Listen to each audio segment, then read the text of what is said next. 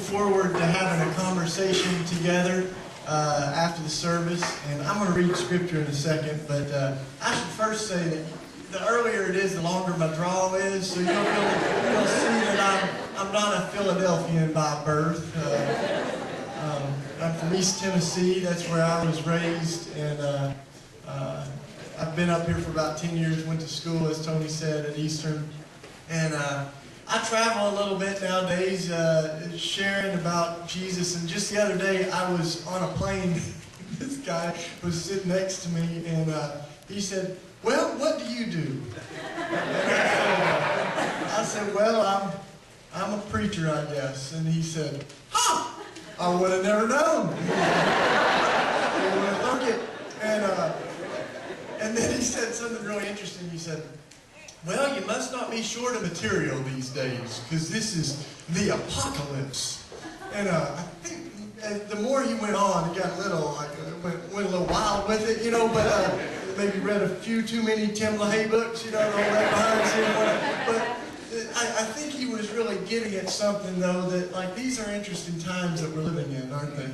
And the apocalypse actually shares the same root as revelation, which means to reveal or unveil or disclose the foundations of our world. And I think we are living in a time where the veil's getting ripped away, and we see some of the fragileness of the world that we're living in. It's kind of like the Wizard of Oz, the unveiling, where you rip away the veil and you're like, little man, who knew? And so I think that it's so exciting because people are asking questions. Is the dream of Wall Street the same as God's dream? And is the world sustainable when 3 people own the same amount as 70 countries? And I think it's a fun time where the words of Jesus just are so relevant, aren't they? Where you read these stories I just read this morning in Luke's gospel, where Jesus he's like, I got one for you. So there's this guy that's got all this stuff stored up in barns. He's got so much that he can't even get it all in. So he's got this idea that I'll tear down all my barns and build a bigger barn so I can keep my stuff in, sit back, eat, drink, and live well. And God looks down and says, "You fool, you don't even know what tomorrow holds. Tomorrow you will die, and who will have all of your stuff?" And I love it. And he goes on right after that just to say, "Consider the lilies and the sparrows. They're not worried about their 401ks, but God takes care of them, So I am excited to be alive right now. And the thing I love about Jesus is his imagination. He just seems to always transcend the ways people try to trap him, and like at one point the tax collectors come and they say, "Do you pay your taxes?" Jesus tells them to go get a fish and it'll have a 4 drachma coin in its mouth. I love that. I mean, fish don't usually have coins in their mouth, and it kind of calls into question the very questions themselves, going, Caesar can have his coins that have his image on them, but I made the fish. What? And it's one of the early Christians says, once we've given to God what's God's, there's not much left for Caesar. So it does call into question, I think, where our ultimate hope is. And one of the great places that I see Jesus' imagination in all this is in Luke 7. And this is the scripture for this morning I want us to read. But to set the context just a little bit, Jesus is getting asked one of those big questions. His cousin John the Baptist got in a little trouble with old Herod, and he got locked up, so he's in prison. And John sends his disciples to ask Jesus, "Are you the one that we've all been waiting for, or should we expect somebody else?" And the term that they were to use was a particular phrase from the prophet Isaiah. Are you the one, the long-awaited one, the one we've been waiting for? And listen to how Jesus answers that question.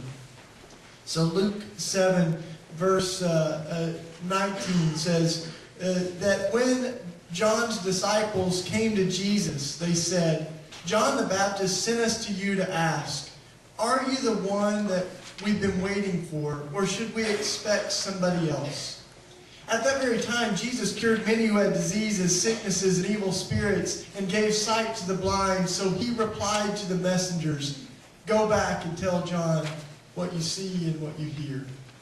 And then it goes on to kind of tell the signs that were following Jesus. You know, the blind receive sight, the lame walk, the lepers are cured, the dead are raised. But I love that answer, because here they are, you know, they're like, "Are you the one that we've all been waiting for?" And Jesus says, "You tell me."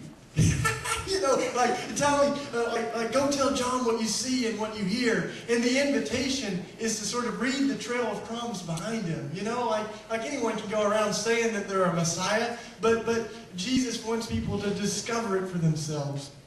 And I think that it's very typical Jesus. Like, you very, very seldom have Jesus walking around flaunting that he's the Son of God, you know, or going, "Hey, Messiah, what's your name?" You know,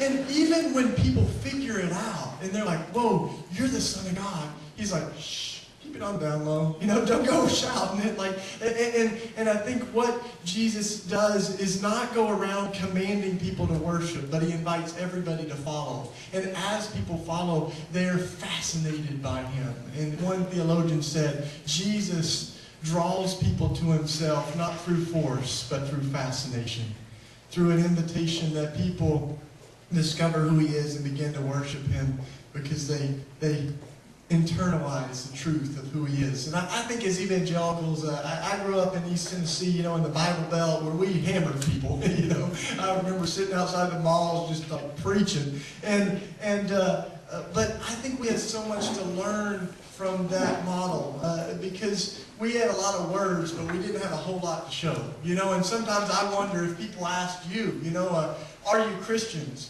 Could you or I say, "Tell us what you see and what you hear"? Like, is there something in our community? Is there something in our witness in this world that reminds folks of Jesus, that embodies good news? Because Christianity at its best has been able to say, if you want to know what I believe, then watch how I live. You know, watch how I love those around me. And unfortunately, I think a lot of what people have experienced within the church has not reminded them of Jesus. You know, and there's a study this year that came out by the Barna Research Group, and they talked with folks all over the country that were outsiders to Christianity, and they asked them, "What are your perceptions of Christians? You know, what do you think of when you hear Christian?" And what they found was so troubling. The top 3 perceptions are these. Number 1, folks outside of the church think Christians are anti-gay. That's number 1. Number 2, Christians are judgmental. Number 3, Christians are hypocritical. We got a little bit of an image crisis, you know, and much of it's well-deserved. Much of it is what people have felt and experienced in the church. And I catch glimpses of it here and there, you know, where sometimes when I speak somewhere, we draw a crowd that's not exactly the church crowd, you know, and this one place I was speaking, as I got ready to speak, the pastor came up to me and he said, I just want to make sure that you notice something. And he pointed out that on the front row there were 2 gay men that were holding hands. And he said, I want to make sure you notice it so you can say something about it if you want to.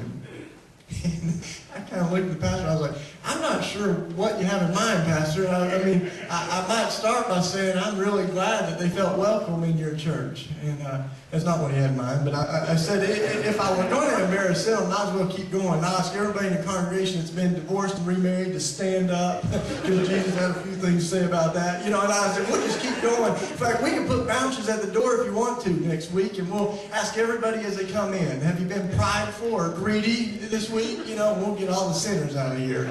And we'll be left with a much more manageable crowd. You know, maybe a dozen people up front. I said, but don't you worry, I'll remind those dozen people, if they manage to get in, they must be liars, so they can get out too.